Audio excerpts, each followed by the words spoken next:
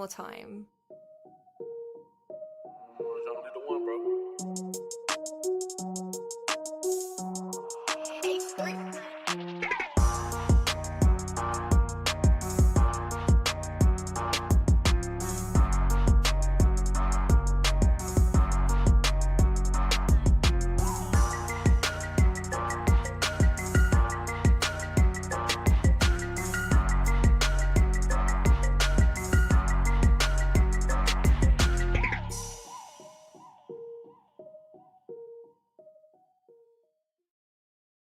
Hey, what's going on, Who Dat Nation? It is yours truly, TJ Jones, the host of the State of the Saints podcast. And thank you very much for tuning in to another edition of the State of the Saints podcast, where we talk New Orleans Saints. And on this edition of the State of the Saints podcast, we're going to be talking about Jameis Winston. Now, this topic actually came from ESPN Get Up on this morning. If you're watching this on a Friday afternoon, on this morning's edition of Get Up, the topic of conversation was how soon will we see Jameis Winston this season, or if we will see him at all. So the question on everyone's mind, especially over there on ESPN, will we see Jameis Winston come into the game at any point this season? All right, so we're going to answer that question. And also, we're going to be talking about the Saints offense. What things do they need to improve on in order for them to be competitive against the high-powered offense that is the Green Bay Packers on Sunday night? But I want to say thank you very much for all of those that are in the chat right now. Shouts out to Ghostface Griller, who was first. Joe Johnson, we got Peace B, Brian Davis in here, Zoidy, Lavelle, Casual Dex, Charles, your boy Jay. We got Matthew and so many others. Chemo, what's going on, brother? Man, so many people that's filing in right now. And I am going to be taking a few calls, or we're going to be doing a few video chats here. So I'm going to go ahead and put the link inside of here. Feel free to comment. You can talk about Jameis Winston. You can talk about the Saints offense. Or you can talk about anything Saints related. I am putting the description or the link inside of the comments right now. So feel free to chime in. I'll be taking calls in a few seconds, okay? But the question is, will we see Jameis Winston at any time this season? To be honest with you, I really can't say that I believe that we're going to see Jameis Winston this season. The only time I think we'll see Jameis Winston is if Drew Brees goes down, okay? That's the reason I think that maybe Jameis will actually come in, because unlike Taysom Hill, I feel like Jameis is the backup quarterback. Even though on the depth chart, he is the third string quarterback, I can't see the New Orleans Saints not using Jameis Winston in some capacity, probably as that every snap quarterback if Drew Brees goes down, because if you don't, then you're basically eliminating the package and the Swiss Army roll that is Taysom Hill. So unless Drew Brees goes down, that's the only time I think you'll see Jameis Winston. And I think that people get this kind of misconstrued sometimes, because we seen Drew Brees go down. He got injured in week 2. He messed up his thumb and he was out for 5 weeks. So we seen Teddy Bridgewater come into the game. We wouldn't have seen Teddy Bridgewater if it wasn't for Drew getting hurt. Teddy Bridgewater would have still been on the sidelines, still holding the clipboard. So I feel like as long as Drew Brees is healthy and nothing's wrong with him, I can't see Jameis Winston coming into the game. Now, I will say this. It could get to a point where it can get really, really ugly, and it just pretty obvious that Drew Brees just can't do some of the things that he once did, and it's affecting the offense. Now, if that comes to fruition, then there is going to be some serious decisions that need to be made. And I, for one, as much as I love Drew Brees, as much as I respect him, I don't love Drew Brees to a point where I feel like the team has to suffer because of it, okay? Some of you probably like, man, I want to go down with the ship. No, okay? The object of the game is to win the game, okay? And put in the right pieces in place in order to win games. So if Drew Brees, which I very highly doubt, can't perform to the highest level, then you go with Jameis Winston. So I can't see that happening. Look, I understand about the mainstream sports media. You know, they're looking for those storylines. It's about ratings. It's about shock value. But I really honestly believe that those guys know absolutely nothing about New Orleans Saints football. The only reason why they're really talking about Drew Brees right now is because Monday Night Football is on ESPN. It was from a nationally televised audience, and we seen one of the worst games we seen Drew Brees play in a very, very long time. So that's the reason why they're talking about it. They don't know about the X's and the O's. They definitely don't know about the Willies and the Joes here. So I am going to say that they're just trying to do this, just try to get, some ratings or just some attention. But Drew Brees isn't, somebody that you're just going to cast away and just toss to the side just because he had a bad game. I, for one, feel like Drew Brees, still can be competitive on a football field. I don't feel like he's washed. I don't feel like, he doesn't have anything left. Is the arm strength still there? Absolutely not. Do I feel like in some cases it's affecting the offense efficiency and their ability to actually be scary to defenses? Absolutely. But I still feel like Drew Brees puts this team in the best position to win. Now, some of you are probably saying that, well, Jameis Winston, he threw for 5,000 yards. He had 30 touchdowns. But Jameis Winston also had 30 interceptions. And if you add the 5 turnovers that he had that wasn't interceptions, so that's a total of 35. So he had 35 turnovers altogether last season. And I feel like the best thing for Jameis is for him to sit on the sidelines and get some mental reps. Sometimes, it's best for you to actually sit on the side, and just look and try to analyze the game and see it from a whole different standpoint.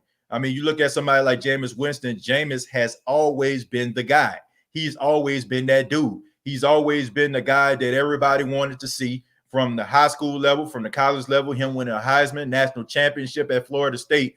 And then he comes into the league, the first pick overall back in 2014 or 15. I can't remember. I think it's 2015 because I think Jadeveon Clowney was, yeah. So it's 2015. So he's always been the guy. So the fact that he can just sit there and actually watch the game and also be in a classroom and be a student of the game, I think that's going to help Jameis. So I think a lot of people need to be very, very careful what they wish for. And I know that, Jameis, he's showing a lot of arm talent in practice. I mean, I've been reading the same articles as you. I've been seeing the articles about how his arm is just so amazing. We've seen some of the passes on some of these clips that were taking place at training camp. I get it. But at the same time, we want to make sure that we are in the best position to win. And you don't want to go out here and mess up the confidence of Jameis Winston, okay? Because the narrative right now is, Jameis Winston turns the ball over at an alarming rate. So in order for him to get on the field, let's make sure that we have the best version of Jameis we can possibly have. And I do feel like if you do put Jameis on the field, he's not going to turn the ball over as much. And the reason why I say that is because I feel like the issue was with Bruce Arians type offense, right? Bruce Arians wants you to push the ball down the field. He wants those explosive plays. But sometimes when you have those explosive plays, you want to put it in the hands of your playmakers, but you put yourself in cases where there's a lot of 50-50 balls. Sometimes, that wide receiver won't come down with the football, the safety or the corner will, or the linebacker will. So I want people to pump the brakes on Jameis just for a tad bit, just for him to actually get to learn and develop as a player. I don't think that we need to be worrying about Drew Brees and if Drew Brees can't get the job done and all that kind of stuff there. I mean, I've seen like all type of crazy, irrational type of rhetoric that's going on among the Who Dat Nation. We need to sit Drew and start Taysom. Like, give me a break, folks. Like, don't get it twisted, okay? Let's not get it twisted here. I itching. But anyway, let's not get it twisted. Drew Brees puts the Saints in the best position to win. I don't care what anybody says. You can say he can't get the ball down the field. You can say that he overthrew some people. You can say he underthrew some people. But when it comes to the X's and the O's, when it comes to the knowledge of the game, Drew Brees puts the Saints in the best position to win. But I do, however, feel like the Saints need to use Taysom Hill a tad bit more. I'm very upset and very frustrated at the fact that you actually had a competitive game going on and you didn't use Taysom Hill in a variety of ways like you did in the past. I mean, he had absolutely no passing plays on Monday night. I mean, very few offensive plays in general. And the majority of the time he was lining up at a tight end, which I really honestly do not agree with. Okay. Why are you using Taysom Hill at the tight end position when you have two able-bodied, really good tight ends that can catch the ball and block at the same time? Adam Troutman, I feel like you're taking away from his development because you're too impatient to try to work with this guy. You want to go ahead and put Taysom in his place. Well, there are two people suffering here, folks. There's Taysom Hill, who is suffering because he's not getting quarterback snaps. And you have Adam Troutman, who's suffering because that's an opportunity for him to actually make a play on the ball on offense. So I feel like they need to try to work these guys into their respective positions.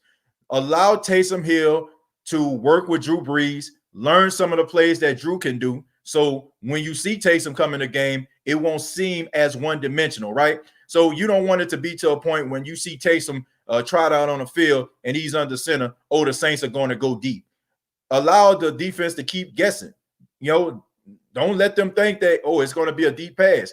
Let them wonder, is it going to be an RPO? Is it going to be him standing in the pocket? If nothing there, he's going to run. Is it going to be a little short pass? Is it going to be a quick slant? Or is it going to be a deep post? So allow Taysom Hill to stretch out his arsenal a tad bit, okay? You still want to use him with his legs and stuff like that in order for, the defense to be confused, but you don't want it to be one-dimensional to a point where you just see Taysom Hill and you just automatically know it's probably going to go deep to Traquan or Deontay Harris. So you don't want that, all right? So they definitely got to find ways to use Taysom Hill in his role as a quarterback.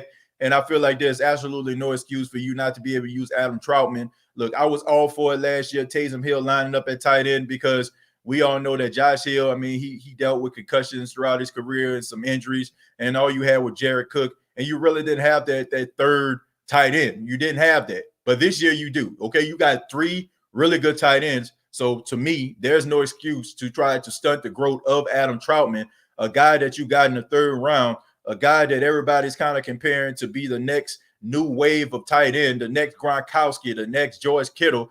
Why are you stunting the growth of this young man right here to put Taysom Hill in his place? And in a couple of years from now, Taysom Hill isn't going to be playing that position. It's rather he's going to be playing quarterback full time for the Saints, or he's going to be playing quarterback full time for some other team. So I think the Saints need to kind of think about that just for a tad bit before they start making these type of decisions. Derek says, hey, TJ, I've been saying implement all three quarterbacks. Derek, I can't say that I agree with that, my brother. You know what I'm saying? I get what you're saying. It seems like a good idea, but just like you have with three running backs, right? Let's go back to when Adrian Peterson was here. Everybody was happy about Adrian Peterson. Oh, Adrian Peterson, AP all day, right? You had Alvin Kamara and you had Mark Ingram. The problem was trying to get all three of those running backs, trying to get them snaps, right? You had at the first game against the Minnesota Vikings, you had Adrian Peterson start the game, had a 9-yard run, and you rarely ever seen him ever again after that, right? And then you had the emergence of a young Alvin Kamara who just took the league by storm. So that just left Adrian Peterson to be a casualty, right? He ended up getting traded to the Arizona Cardinals. When you're dealing with a position where it's mostly dominated by one, maybe even two people, it is hard to try to find roles for all three individuals, and especially at the quarterback position. Because, Derek, when you're dealing with the quarterback position, man, you need to understand every quarterback doesn't throw the ball the same way. So that means that the wide receivers have to adjust to all those quarterbacks, all right? If you're running a route and you know that Drew Brees is going to put the ball right at the outside line, you know what I'm saying? He's going to throw you open. It's going to be different versus Taysom Hill probably throwing the ball a tad bit late when you are open, or have Jameis Winston throw the ball at you probably with the speed and the velocity of a young John Elway. So it's different. So that is three different type of quarterbacks that the wide receivers have to learn to catch the ball from, and that can create problems. So I don't agree with the three quarterback set. I do feel like you need to go with the first string quarterback, let him get the majority of the snaps, and then implement another quarterback. But it should be no more than two quarterbacks. It should be no more than two quarterbacks, and it should be the number one quarterback taking the majority of the snaps. For example, if Drew Brees has like 35 attempts, right? Let's just say the Saints have 40 offensive plays, right? If they have like 40 offensive plays, Drew Brees needs to take at least about 30 of those plays, 32 of those plays, and allow like somebody like Taysom to take about 8. You don't want to take away from the energy and the chemistry of the team trying to find three different quarterbacks, because like I said, that confused the hell out of a wide receiver. I'm just being honest with you. Everybody throws the ball different, and that's something that receivers going to have to adjust to. Willie says, I hope they do, because all is going to happen with Brees is they will rush up the middle and throw him off. Yeah, I mean, look, the the plan is out, right? I mean, the blueprint has already been put in place about how to stop Drew Brees.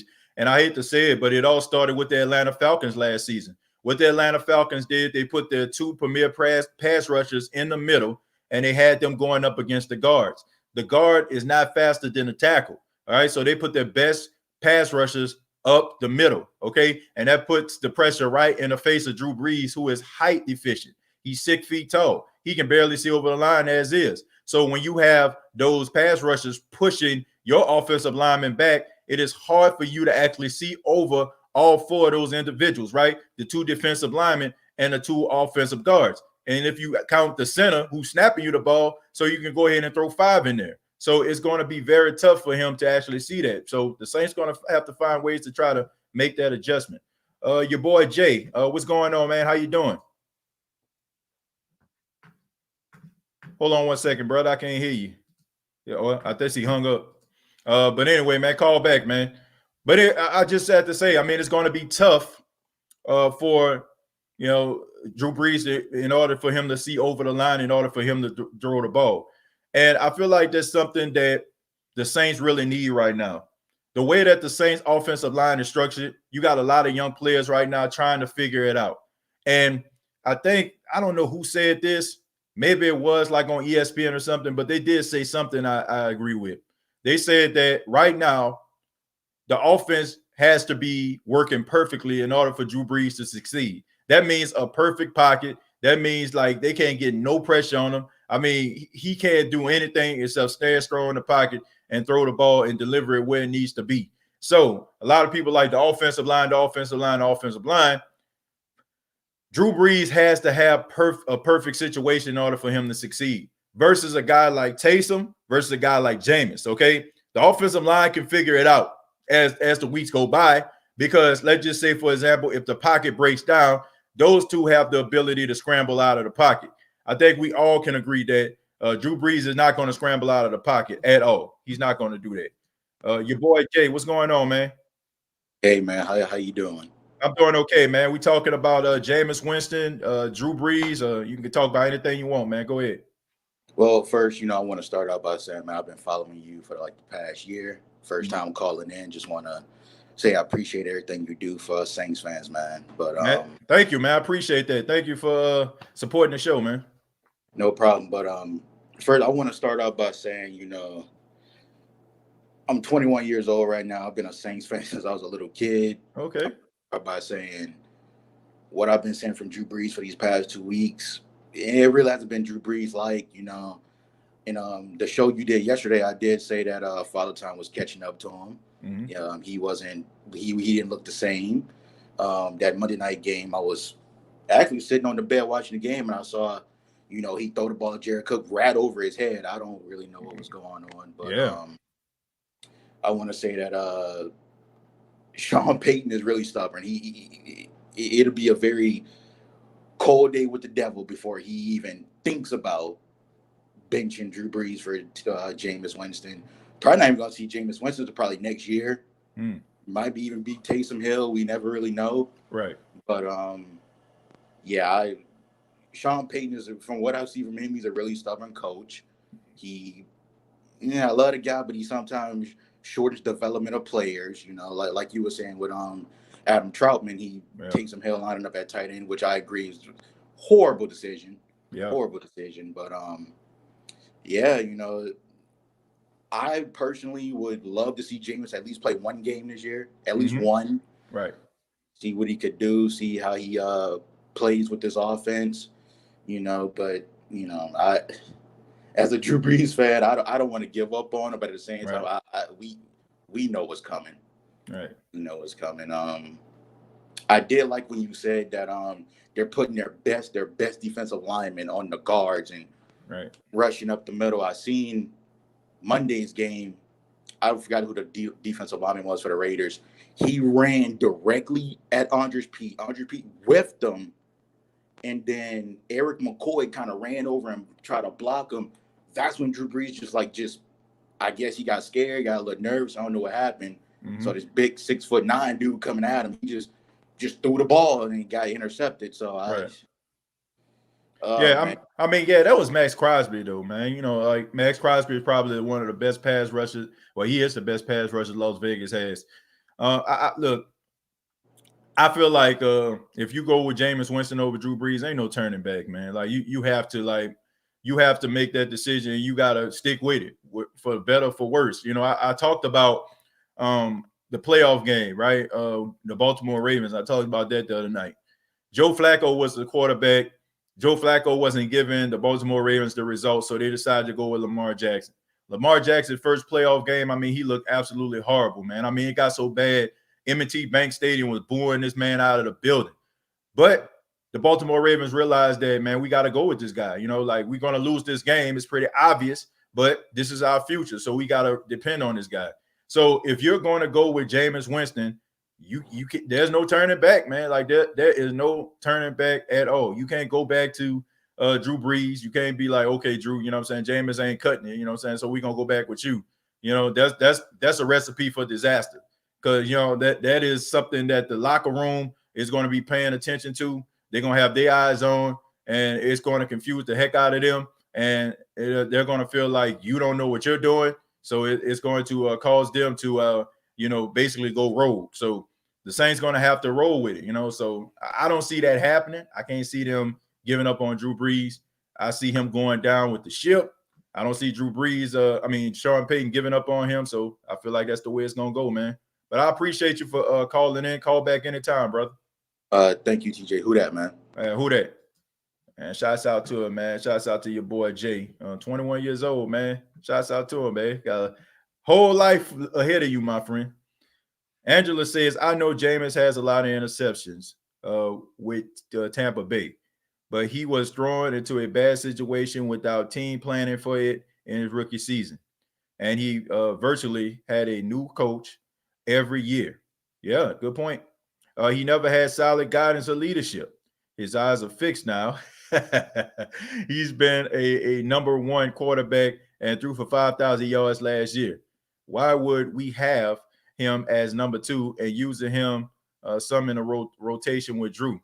Why do so many people want Hill over him when he has oodle more experience? Well, Angela, that's a good point. Great points. I'm not going to even deny some of the things that you said. I mean, Jameis Winston has always been the guy. He has always been that dude everywhere he went. Like from him coming from Alabama, from him at Florida State, once again, winning the national championship, from him being the first pick overall, for him being the face of the franchise of the Tampa Bay Buccaneers over the past 5 seasons.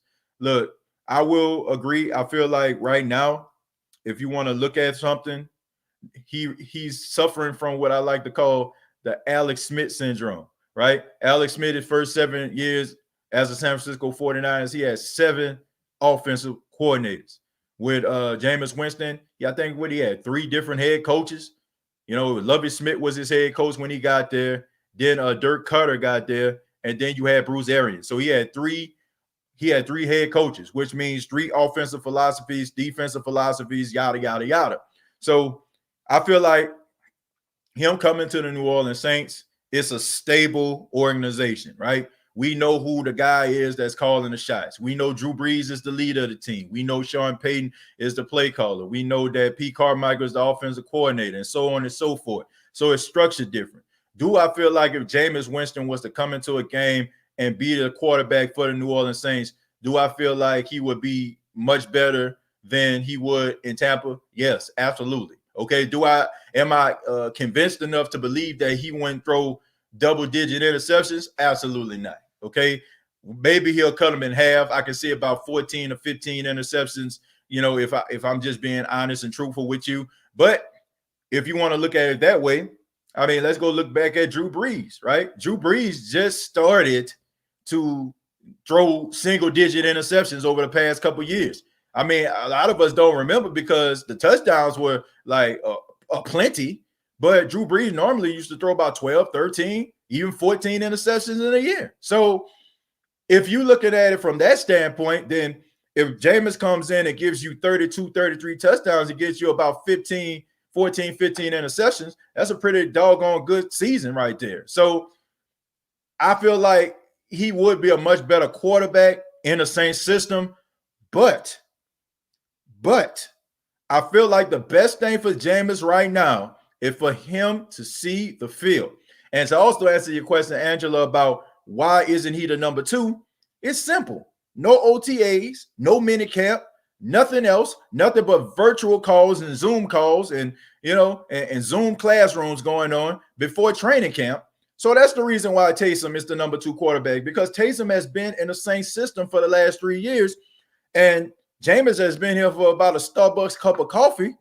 Of course, Taysom should be the second string quarterback because he knows the offense better than Jameis.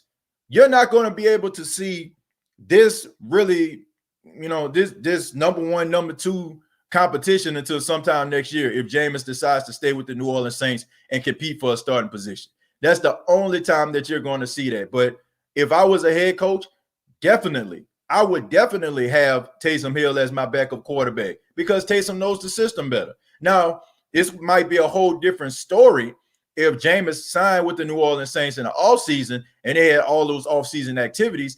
Then I say that he should be a number 2 quarterback. Or if he puts on a great performance in the offseason, then I feel like you have enough to show and see if he is a number 2 quarterback. But the fact that we didn't have all those things, you got to go with Taysom. You got to. Because Taysom Hill is faster and can run and extend plays. That has absolutely nothing to do with it, John Doe. Nothing. That ain't got nothing to do with it. It has everything to do with the fact of game planning. And that's all it comes down to. It comes down with Taysom Hill knowing the playbook better than Jameis. Because I hate to be the bearer of bad news, folks, and I know some people love themselves for Taysom Hill, but Taysom Hill is not better at the quarterback position than Jameis Winston. He is not. He is not, folks. When we talk about arm talent, when we talk about skills, we talk about accuracy, decision making is a whole nother story. But when we're talking about all the tools, he ain't sniffing Jameis Winston. That's a fact. Like some of y'all just fall in love with these extended plays and him dropping the shoulders on safety. That's cool and all. I enjoy that. That get me fired up.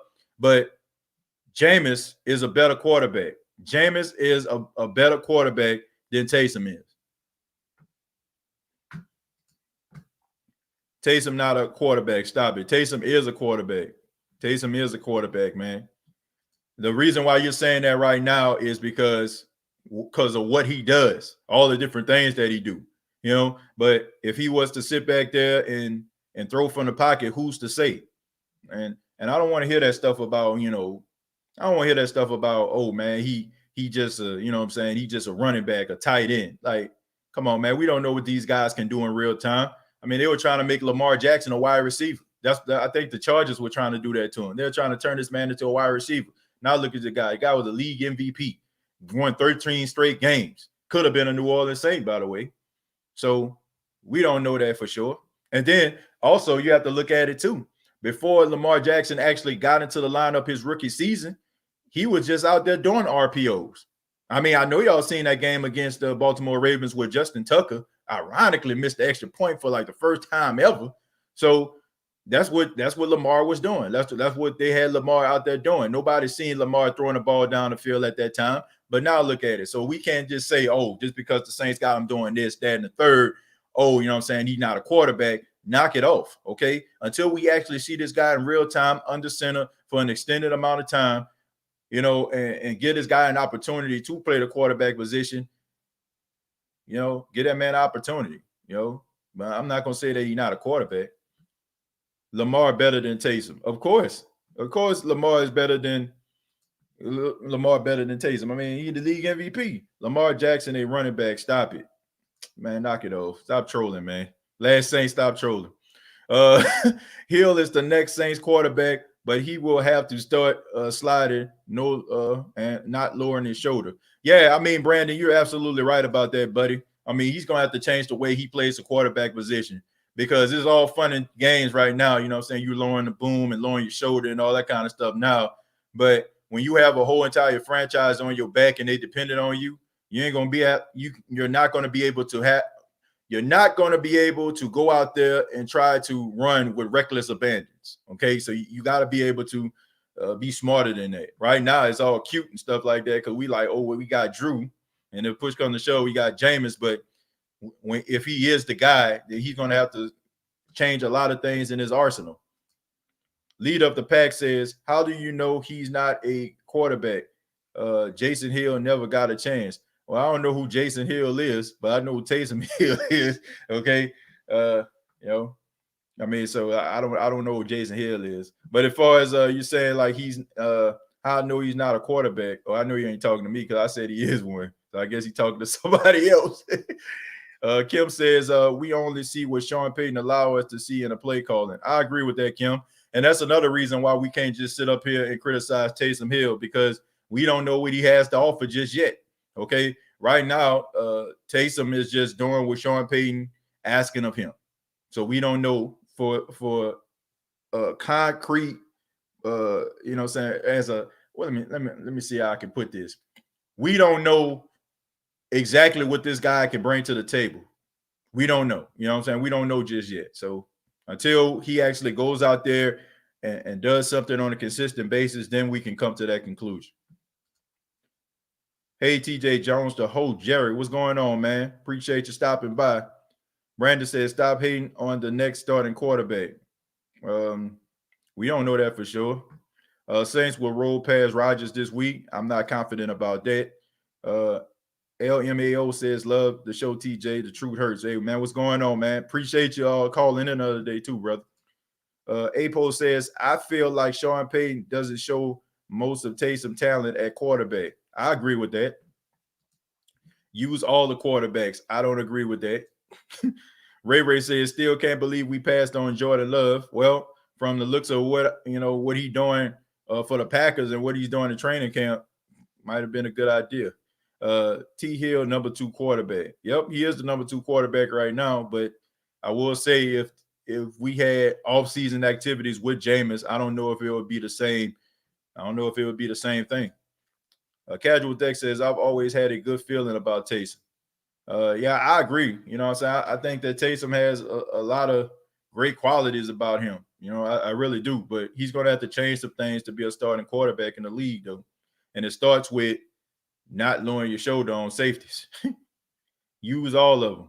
I don't agree with that. I don't think, like, honestly, man, I don't think y'all know how hard it is for a team to use all 3 quarterbacks. I don't think y'all really understand how hard that is. High State of the Saints podcast. Thanks, Saints bounce back this week. I hope they bounce back this week, and we'll talk about that on tomorrow, man, when we do the predictions. So we'll be talking about that on tomorrow. Jordan Love would have been the worst choice, Queen or even a wide receiver. Yeah. I don't know about Patrick Queen, man. I still believe in Zach Bond. I really do. I just think that the Saints don't want to put him out there and mess up his confidence. And especially they don't feel like, he's up to speed because you didn't have off-season activities.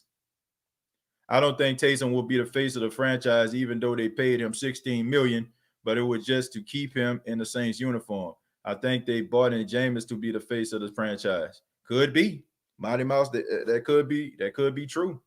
That could be true. Packers rely on the run. Even after the loss to the Raiders, we still have the best run defense. We will turn the Packers one-dimensional like the Raiders did to us. Well, I will say this. We always have a tendency of playing lights out against elite competition. So I'm interested to see how the Saints going to bounce back. It's true. It's true. How do you know Taysom can't play the quarterback position? He hasn't had a chance. For all we who that people know, he just might get in there and do what Colin Kaepernick did. Yeah, I mean, you never know. I mean, like I said, nobody knew how good Lamar Jackson was going to be. Like, nobody knew that. Nobody knew how good Lamar was going to be, but look at him. So I'm not saying, I'm not comparing them, but they do have the same similar skill set. You never know. It depends on the coaching. It depends on the play calling. It depends on the situation. So I think the Saints have a good enough team in order to put him in a position to succeed. So I'm not going to just say, because he runs out there and he plays tight end, he can't play quarterback. I feel like it's too early to give up on Drew. Okay, that's a fair assessment. I mean, I don't feel like anybody needs to be giving up on Drew. I don't even know where that came from.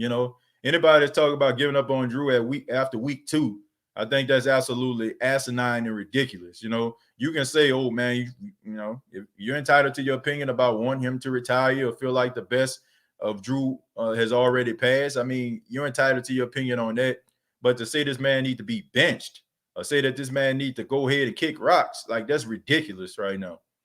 Let's have that conversation around week 6 or 7. You know what I'm saying? Then we can have that conversation if the Saints still struggling. We need to let Drew play it out. I still believe in him. We will see those Sunday night.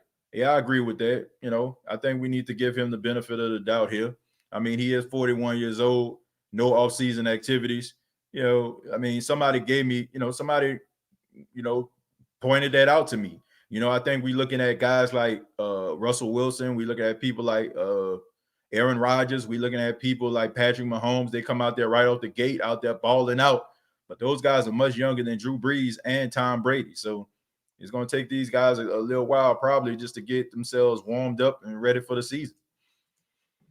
Do you think the Saints defense will step up this week better than last Monday night? Yeah, Alan, I absolutely do, because you have Aaron Rodgers coming to town. So Aaron Rodgers has a way of getting every defense's undivided attention, all right, because he's an elite quarterback.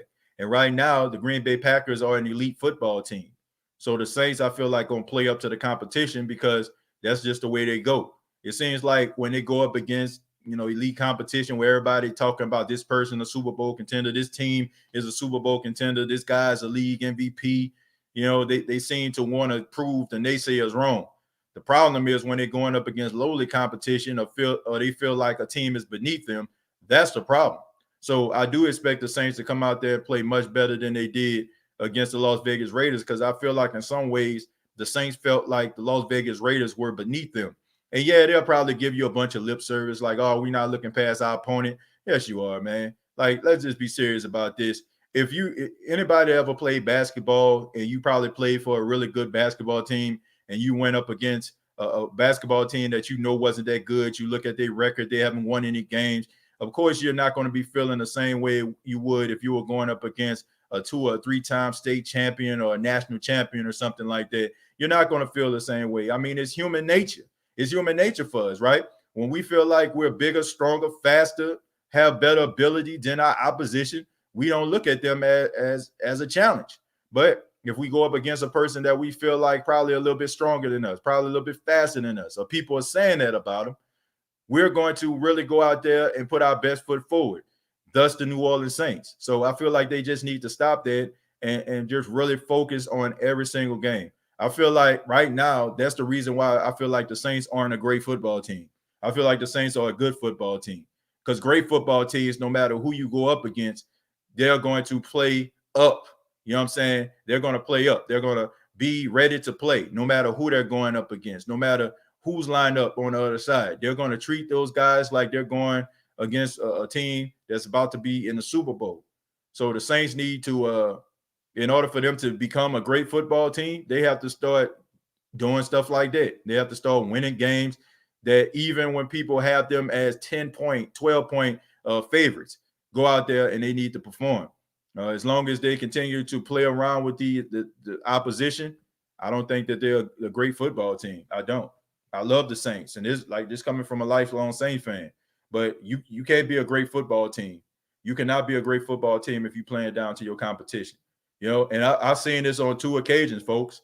I've seen this against the Minnesota Vikings, where the New Orleans Saints went 13-3, and we all were sitting on the edge of our seat in Week 17 when the Green Bay Packers went up against Detroit, cheering for the Detroit Lions and Matt Blau. You know what I'm saying? Making sure, want Matt Blau to win a game for the Detroit Lions and for the Packers to lose in order for us to have the 2 seed, but it didn't happen. The Saints blew out the Carolina Panthers, and they played against the Minnesota Vikings. You've seen Cam Jordan talking about Kirk Cousins, and you talk about the New Orleans Saints playing at home against a Minnesota Vikings team who they felt like was beneath them. And what happened? Minnesota came up in there, slapped them all up in the face, hit them all up in the mouth, and they lost the game. So Anybody that's saying, oh, the Saints are a great football team, they not. Great football teams don't lose to teams that they supposed to be superior, and they don't need to play down to them either, and they don't need to look past them. So until they do that, then they're a good football team in my book. What up, Real Perez, man? What's going on, man? Shouts out to my guy, Real Perez, man. Real Talk Perez. Tampa Bay Buccaneers fans. Mike Ricks, my guy, man. What's up, Mike? He says it's coming sooner than later. Mike Ricks, a Carolina Panther fan out there, man. Shouts out to my guy. Wazamna says, watch how we magically play great against the Packers. I wouldn't be surprised. Yeah, because like I said, we don't have issues going up against elite competition. Ray said, can we try to get Kyrie Robinson on the show? I thought about getting Kyrie, you know what I'm saying? I think I had a conversation with him before about, being on a podcast, but I don't know, man. For some apparent reason, when he was on Twitter, he said his Twitter got hacked or something like that, and then another Twitter appeared and inboxed me, so I wasn't sure if I was talking to Kyrie Robinson or a bot. I wasn't sure, so I guess so I can try to reach out to him again, but we'll see, man. Are we going to see a Hill versus Winston quarterback battle next year? You might see that. You might see that. Nobody says it would be easy. Yeah. Do you think Sean hid Taysom against the Raiders to have a bigger play package for him against the Packers? If he did, that's stupid.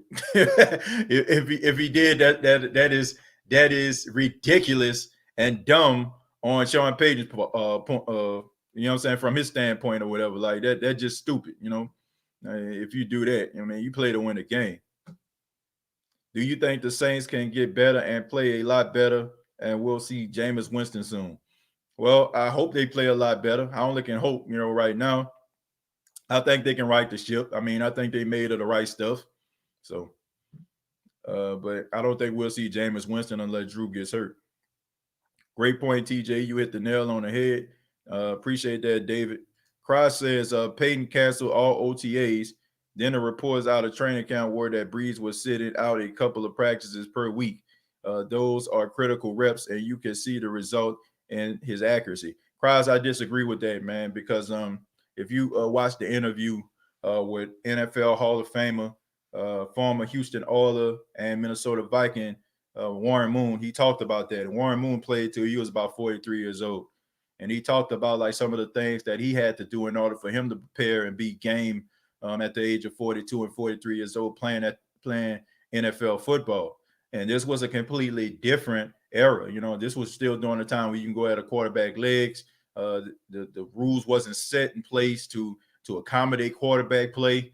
He talked about, man, how it's important to get rest, and to make sure that like some of the practices and stuff like that you normally would be a part of, you got to sit out. Drew Brees, every Wednesday he doesn't practice. You're probably going to have to go from 1 day to 2 days. Look, you have to take care of your body, man. Drew Brees is 41 years old. So some of the things that he probably did in his youth where he can practice all day, all night and still go out there and be game, you have to be prepared and mentally, physically ready in order for you to go out there and perform. So I don't know if it has anything to do with that. It has everything to do with the fact that, maybe Drew Brees isn't just that prepared because, right now, they didn't have off-season activities. And we can't say one thing about Drew Brees, and everybody says this, man, like he's meticulous about what he does. Everything he does, from the way that he lays out his jersey, from his stretching exercises, from, the things that he eats. So anything that's not a part of Drew Brees' routine, it throws him off. So maybe this OTAs, this minicamp stuff that he was used to, a guy that is as meticulous as he is, man, and very OCD, if you will, about some of the things that he does, maybe that's the issue why we're dealing with this right now. Maybe he's kind of off because some of the things that he normally does, and that's a part of his routine, isn't there anymore. So, or it wasn't there due to COVID-19. So there's a lot of things that we can think of.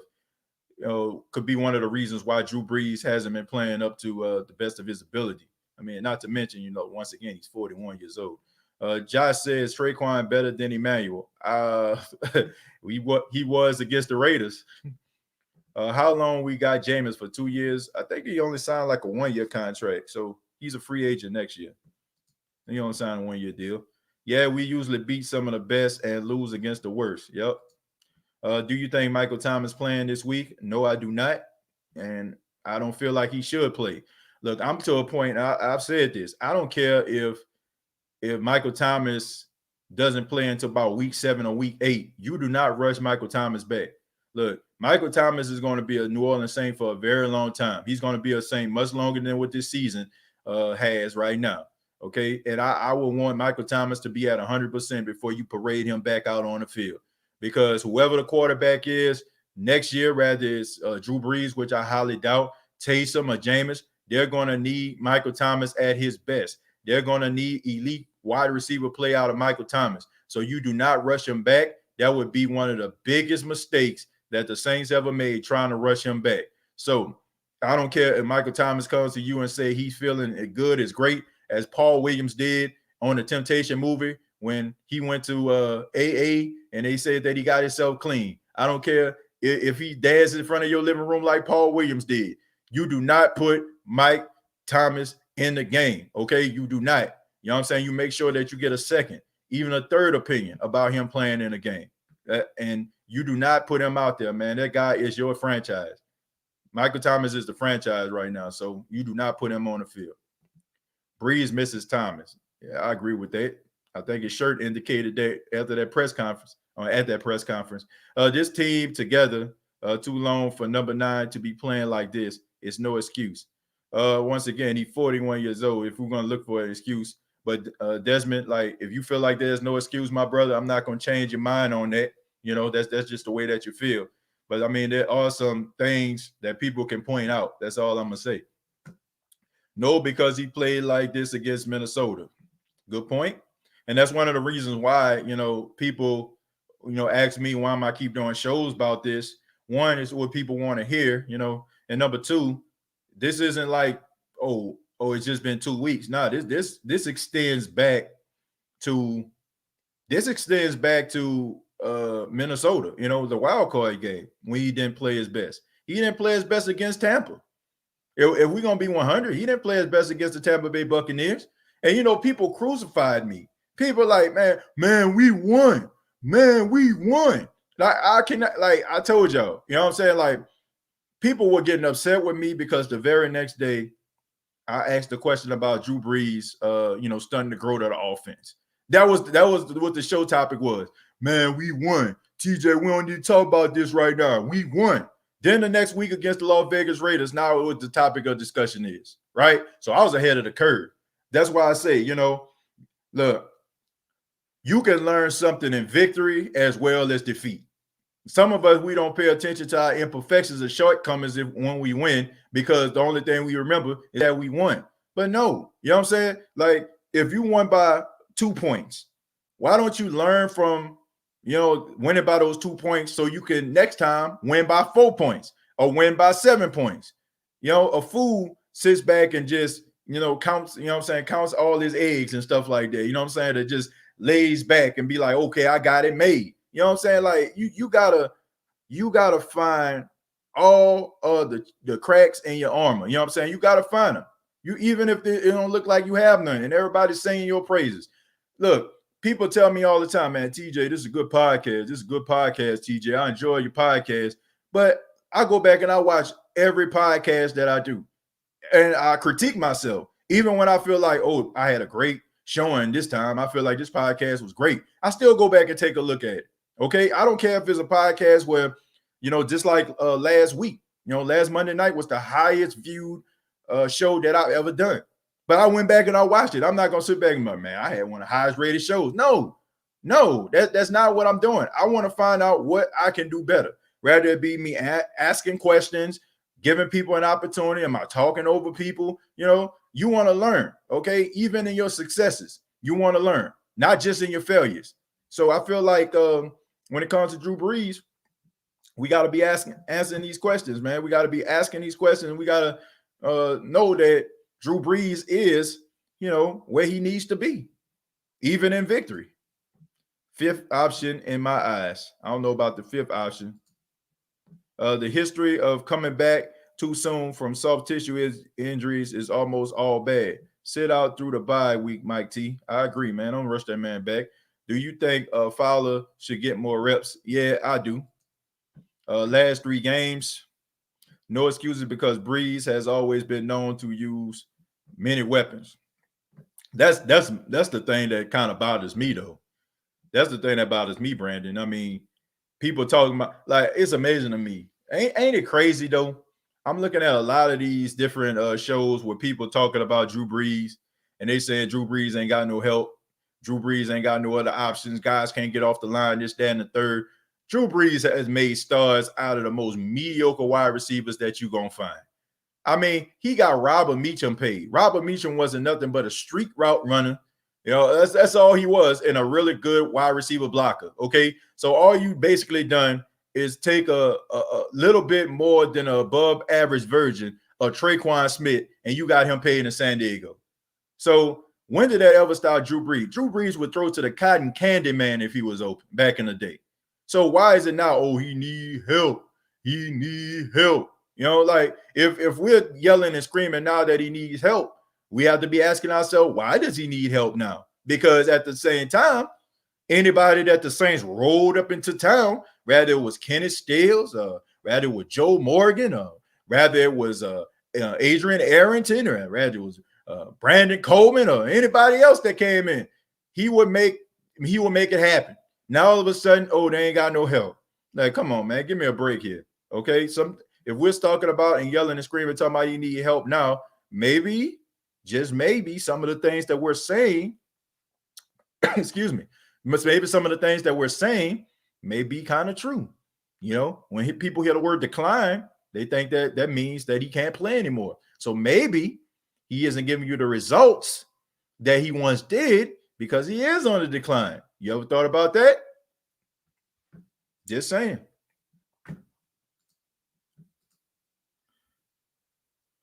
His anticipatory skills is what has dropped off the most. Yeah. I mean, look, when let me go back to Travis here. Look, anybody that's new to the State of Saints podcast, you probably didn't hear this, but those that tune in all the time, you already know where I'm going with this. I often use the example, you know, me playing basketball in the gym, right? Me playing basketball in the gym at one time, you know, I can, you know what I'm saying, jump pretty high and dunk the ball on a fast break. I can't do this right now at the age of 34. Your anticipation is going to change, right? You might be able to have like really quick instincts, you know what I'm saying, when you're young, right? Something falls off the shelf, boom, you just reach your hand out and you just catch it, right? Now it's like you probably have that split little second, you know what I'm saying, as you get older. And that thing that you once caught, like just anticipated and just catch right then and there, it probably fall out of your hands, right? I mean, it's just the way it goes. The older you get, you know, your nervous system, you know what I'm saying, starts to slow down. Your anticipation starts to slow down. So that's not, man, that's life. I mean, we can't beat them up for what life does to all of us. You know, the interior O-line needs to step up also. Eve Evans, let me tell you something, man. This is a young offensive line right here, and this is one of the main reasons why I said at the beginning of the show that I feel like if the Saints actually had a scrambling quarterback, a guy that can roll out of the pocket, a guy that can make plays with his legs and do rollouts and stuff like that, I feel like the Saints would be okay, because this would help the offensive line. It would help the offensive line because these guys still need to learn, grow, and develop. Okay, so the quarterback can kind of help them out if he was able to, you know, make plays on his own. All right, so now give them enough time to actually start gelling together to be a better offensive line for that particular quarterback. Drew Brees needs perfect situations. Like, he needs a perfect pocket. Like, he needs 1995 type football, standing strong in the pocket, 320-pound wall type offensive lineman. Nobody can penetrate him. You can knit a sweater back there. You can drink a sip of tea. You can call your mama. You can wave to your wife, and then you can throw the football down the field. But you can't do that anymore, folks. You got defensive ends. You got defensive tackles running 4.5 and 4.6. These guys are super athletic, okay? hybrid type guys. You can't do that anymore. That is why a lot of teams are looking for quarterbacks that can not only get the ball down the field, drop dimes, but also have the ability to scramble out of the pocket as well. You don't see those statue quarterbacks no more. You don't see no quarterback just standing strong in no pocket, looking like Rob Johnson or Scott Mitchell back in the day. No, you need a quarterback that can be able to extend plays. Also, if the pocket breaks down, in order for them to make something happen. You look at the game last week against the Chargers when Patrick Mahomes was trying to make a comeback. Patrick Mahomes extended a lot of drives by scrambling out of the pocket when the offensive line could not protect him that long. Okay, so if I guarantee you, if Patrick Mahomes with Drew Brees, they would have lost that game. If he would have played the quarterback position like Drew Brees or Tom Brady, they would have lost that game. You need the ability to be able to scramble. I ain't saying you got to be out here being Vic. You ain't even got to be Lamar Jackson. You ain't got to be none of them. But you have to be able to go out here and extend plays. My guy, Russell Wilson. Russell Wilson is not a scrambling quarterback. He's not. Let's not get it twisted. But Russell Wilson, he looks for the guy that's open. But if nobody's open, Russell goes out there and he tries to fight for extra yards and he slides. That is what you need. That is what you need in a quarterback in today's NFL. And those quarterbacks, unfortunately, like Drew Brees, they're dying out. And there's a reason why. So I feel like everybody talking about the O-line, the O-line, the O-line. It's because Drew Brees doesn't help them, okay? I mean, Drew Brees don't help the offensive line. He doesn't. And as long as his offensive line, as long as they're not on the same page, it's going to be trouble for Drew Brees. And we're going to be seeing the same situations. But if the Saints had a quarterback that can actually scramble, if you could take, like, I say it like this. If you could take a quarterback like Jameis Winston, right? You take Jameis Winston and combine him with Drew Brees. Drew Brees, he has all of Drew Brees' other attributes, and you have Jameis Winston's arm and leg ability. The Saints will be going into this game against the Packers 2-0. You got to be able to scramble now these days, folks. I'm sorry. That old NFL stuff that some people be talking about. And I know, man, some of y'all some classic fans here. Some of y'all just remember, strong offensive line, standing in the pocket, delivering the ball on a dime. That's cool, folks. I mean, that's always going to be some good football, but it's not realistic anymore. TJ, any chance getting Nick Underhill on the show? Nick actually been on the show before. I actually had Nick on the show, man. Nick was on the show before. I can tell you, I've had every single Saints beat writer on this show for the exception of Catherine Terrell. That's the only person I ain't never had on the show. Everybody else that follows the New Orleans Saints, that's a reporter, from John DeShazer. Y'all seen my guy Rod Walker on here yesterday. So I've had everybody on there for the exception of Captain Terrell. Catherine Terrell, the only person that's never been on the state of the Saints, and I'm trying to get her to be on the show. Joshua says the D needs to be better, needs to play better. I agree with that. But the offense also needs to complement the defense, Joshua. You can't be out here getting all these 3 and outs, man, and have the defense on the field all alone. You can't do that, okay? So they got to play complementary football this week. They have to. The offense has to be able to sustain drives, and the defense is going to have to get off the field to give the offense back the ball as quickly as possible. So they definitely didn't play complementary football on Monday night. You even got Big Ben out here scrambling for 20 yards. Yeah, I mean, but that's always been Big Ben's game, Brian. That's always been his game. I mean, the Pittsburgh Steelers never really had a good offensive line. They play a lot of park ball out there. It was just the fact that, the pocket collapse, it breaks down, Big Ben scrambling out of the pocket, wide receivers breaking off routes to catch the ball and putting themselves in positions for Big Ben to throw the ball down the field. That's some exciting football to watch. But you got to be able to scramble out of the pocket, folks. I'm sorry. Like, look, if you don't have the ability to scramble these days in the year of 2020 as a quarterback, you're not going to be successful. You're not.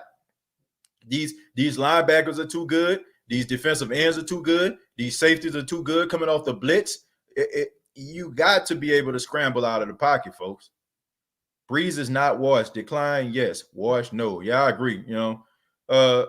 washed is such a strong word, you know. And like I said, we used to do this exercise when I was in college. It was part of my interpersonal communications class at Jackson State.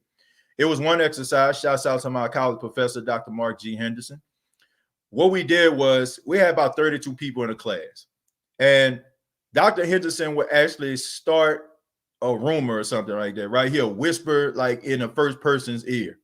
And you know what I'm saying? And then it will go to, you know what I'm saying, that person to tell the next person what the teacher said, and then the next person, and then the next person, and then the next person, you know what I'm saying?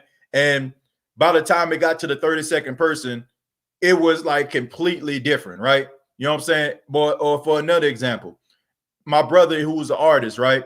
My brother used to have like these classes where each one of those people inside of the class would actually make a painting, right? And they had to like interpret what the painting actually meant to that particular person. I think that's a better example to use in this situation. What I'm saying is, folks, when people say the word washed, right?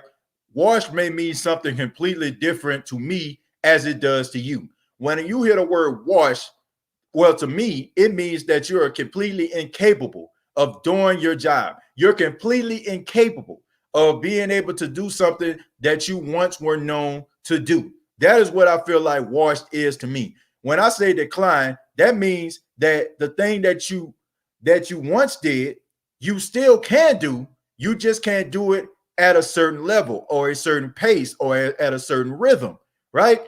That's just like, okay, well, my grandfather, right? You know what I'm saying? Like my grandfather, you know what I'm saying? Like he's older, right? You know what I'm saying? Like my grandfather was a carpenter for 50 years, right? I'm pretty sure he can go up and down the ladders and stuff like that. But as he got older, you know what I'm saying? He couldn't get like up and down the ladders like he once did. Yeah, does that mean that my grandfather forgot how to get on top of a house? No, it just means that, you know, it slowed down. You know, he probably can be able to paint rooms at a certain speed. We, you know what I'm saying? We probably in our youth, we were probably able to run faster than we would as we got older, right? We can still run, but not as faster. So that is what I feel like decline actually means to me. Okay. I feel like people, when they hear decline, like I feel like they feel like you're saying that he can't do it anymore. He's not that good anymore. I mean, he stinks. That's what I feel like people think. And we don't want to think this way about our heroes. We don't, right? These are our heroes. These are the people that we love and we depend on to give us like love and satisfaction and give us a meaning and a reason to cheer. You know, like, and when we feel like somebody's saying something about our heroes, we take it as, you know, very, very offensive. But I love Drew Brees, you know, but we have to come to a realization. He has declined as a quarterback. Okay. And I don't feel bad saying that because I declined as a man. You know what I'm saying? Like, you know, as being 34 years old, I have declined from, you know, when I was 22 or 23. Okay. Anybody that still think that they, you know, do some of the things they did when they were 22, 23 years old and you're in your 30s and 40s, look, more power to you, but just try to go out there and try it. You know, I mean, me playing basketball in the gym has really humbled me going up against some of them young cats. You know what I'm saying? Some of the shots that I would have blocked, some of the fast-paced plays I would have did, can't do that no more, folks. You know what I'm saying? That's just the way that it is. All right. I know we all think that we're, you know, how they say, we're not getting older, we're getting greater. Yeah, you might be getting great, but you know, that back's still gonna be hurting in a couple as you keep living. You know, that eyesight gonna start getting a little dimmer. You know what I'm saying? And some of the things that you could do really quick, gonna end up going a tad bit slower. Okay, gonna be a tick off every now and then. Will Davenport be ready this week? He did practice on yesterday, which is a good sign. So he might be on a limited snap count this Sunday. He isn't 30 anymore, but still top 7. Yeah, Dustin, definitely top 7. Definitely still top 7, no doubt. I honestly think people have a sky is falling mentality about our situation right now. Honestly, I think in some ways, Ghostface, they do, but that just comes from years of winning. That just comes from years of being successful. And we don't want to go back to those dark ages as Saints fans. I think that's why a lot of people get mad at other Saints fans for criticizing Drew Brees, because Drew Brees, life outside of him what represents that? The dark ages, right? The dark ages when the Saints couldn't buy a win, when we were embarrassed to say that we were actually Saints fans, when we used to be the butt of everybody's jokes. I get it, but I mean, time goes on, and I believe in this team, especially the media. Well, the media are always just looking for controversy, man. I mean, that's just the way that it is. The media is always trying to find the worst in every particular situation.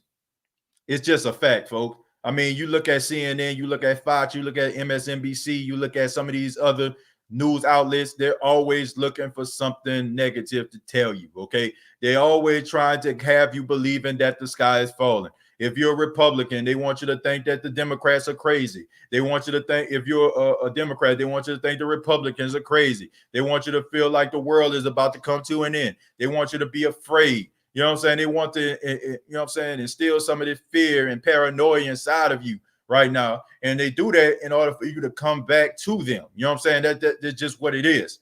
All right. But it's never as bad as what it seems. And I think that with the New Orleans Saints right now, we just want the Saints to just be consistent. We just want the Saints to win. And sometimes, like, when they're not doing something that we feel is normal these days, we wonder, like, why is it the normal happening right now? But in the year of 2020, I think we all can agree nothing is normal, right? I mean, everything that could possibly go wrong seems like it is going wrong. Some of the people you didn't think in a million years would no longer be with us aren't here. You know what I'm saying? Like, it's just unbelievable. So, I mean, but at the same time, nothing is as bad as what it seemed, man. Dome not the same without fans. I agree with that. In stadium of that matter is not the same without fans.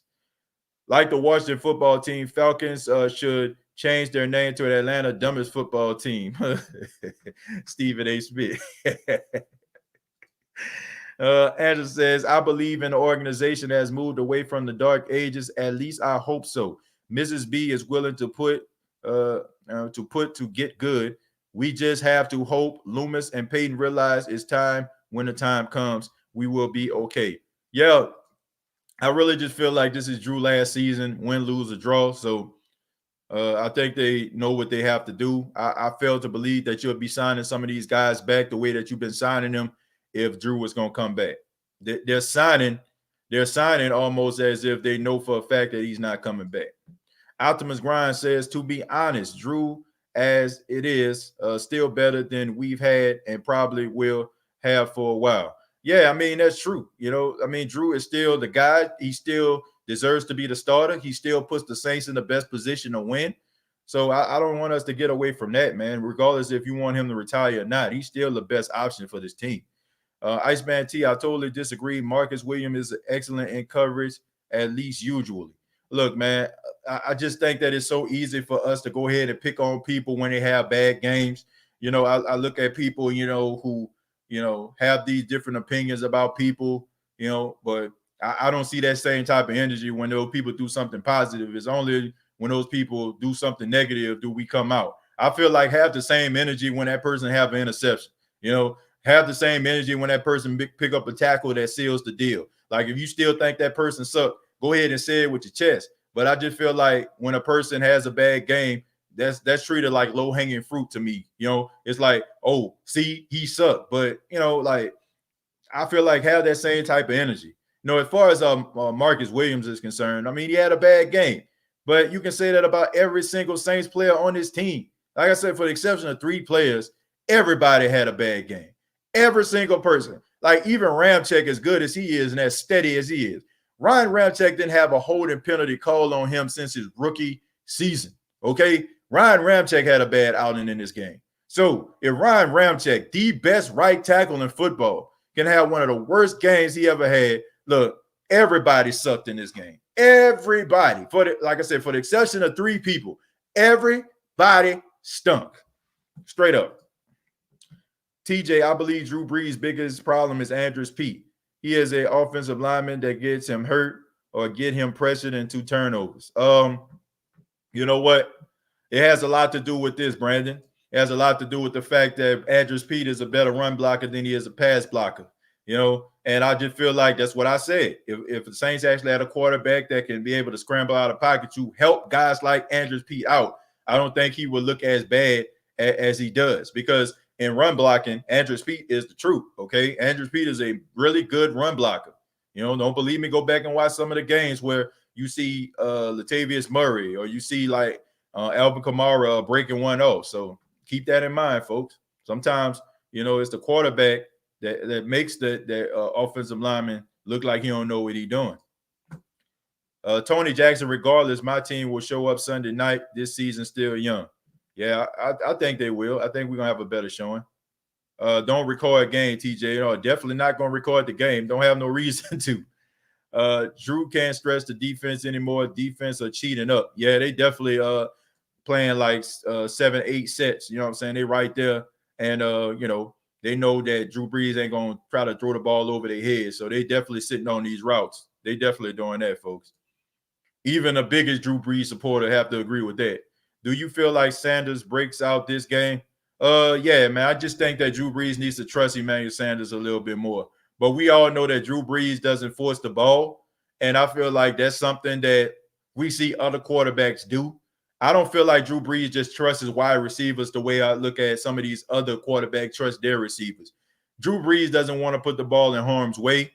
He's not going to try to throw the ball to a guy and be like, okay, it's 50-50, like how Dak Prescott did with Michael Gallup the other day against the Falcons. I can't see Drew Brees doing that. Drew Brees is not going to throw the ball to a receiver unless his name is Michael Thomas or that other receiver has at least about 4 or 5 yards of separation. That's the only way he's going to get that person the ball. So I just feel like Drew Brees is not wired that way. Maybe I feel like if Jameis was in the game, then you'll probably see some of these other guys, be able to get the ball, because he'll probably put it in a 50-50 situation. I don't see that happening with Brees. It's very rare that we see Drew Brees putting the ball in a 50-50 situation. A sack from Cam would have helped us against the Raiders. Yeah, man, he's been quiet for the last couple games, man. Very un-Cam Jordan-like, but unlike quarterbacks or running backs, the defensive end position, I mean, guys can get hot really, really, so quick. Like you look at somebody like Shaq Barrett, first couple games, I think he had like 8 sacks or something like that, first 5-6 games. And then he kind of cooled off towards the second half of the season. So the defensive end position is one of those positions where guys can get hot really quick and really start to make some noise.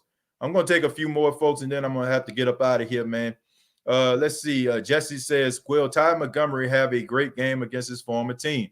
Well, I think that Ty Montgomery isn't doing himself any favors by dropping passes on screenplays. And I definitely don't feel like he's doing himself any favors by dropping passes on quick slants. So if Ty Montgomery wants to be a guy that Drew Brees can trust, you got to be able to catch the football when he needs you to be able to count on you in situations. Now, there might be a little bit of extra motivation being that he's going up against the Green Bay Packers team, but that doesn't mean that he's just going to ball out. I would have thought that Jared Cook and Latavius Murray would have balled out against their former team. Not the case. But Ty Montgomery can do some really good things. I think that he is a guy that can catch the ball out of the backfield and run between the tackles. And I think the Saints need to utilize him.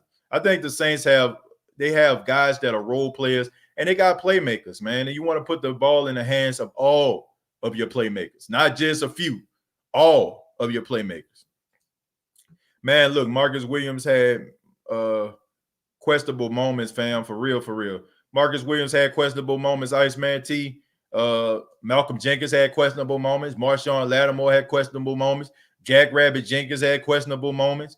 Andrews Pete had questionable moments. That defensive line in the second half had questionable moments. So, like I said, man, like we can't just sit up here and just put things on Marcus Williams. Okay, you can point him out. You know what I'm saying? He was one of the guys. Let's add him to a list of a whole bunch of guys having a bunch of questionable moments. I really like Marcus Williams. Do I feel like Marcus Williams is the best safety in football? Absolutely not. Do I feel like Marcus Williams is the worst safety in all of football? Absolutely not. But he is a middle of the pack safety. He does some really good things. He's very instinctive. He's a ball hawk. We all can agree that he's never been the best tackler in the world, but he is a guy that you can count on if you need an interception or something like that to come through.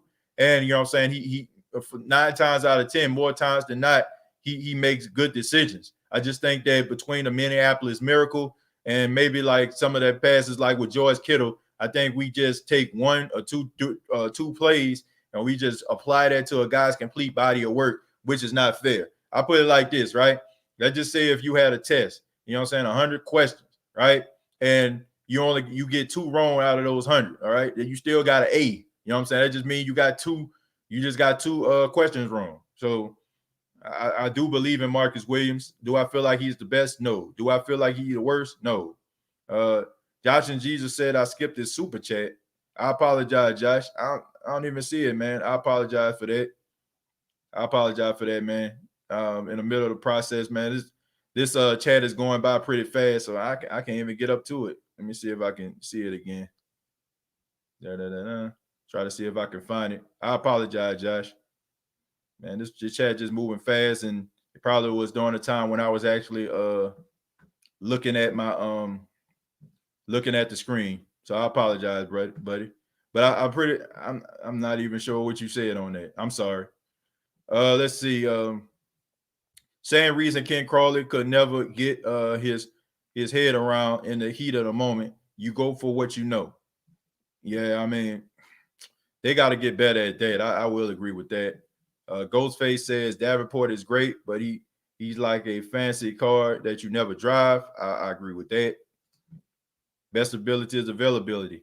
This was a totally team screw up, point blank, from the coach's call to the players on the field. I agree with that. Good point.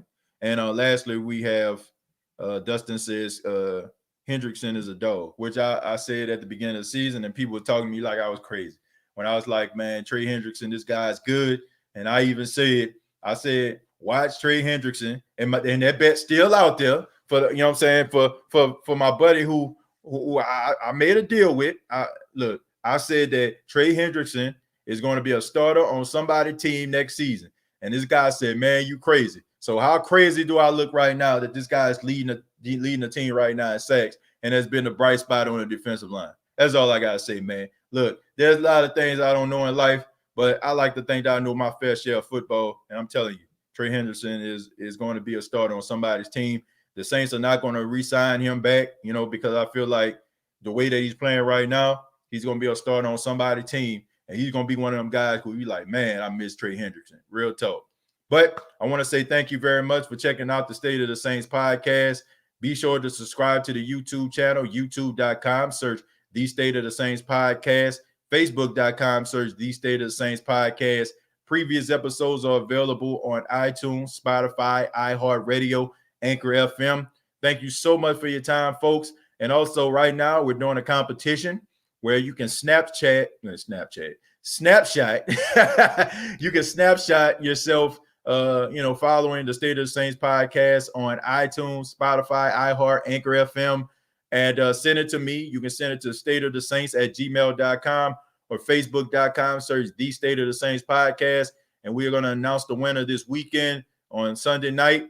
We're going to announce the winner is going to receive a free State of the Saints podcast face mask. That's courtesy of massmarket.com, the sponsor of the State of the Saints podcast. So be sure that you all snapshot it. Rather you've been following the State of the Saints podcast or you just joined, go ahead and snapshot those pictures and put yourself in that running. Thank you all so much. Have a good evening, morning, or night, whenever you're watching this. And like always, all I got to say is, who dat?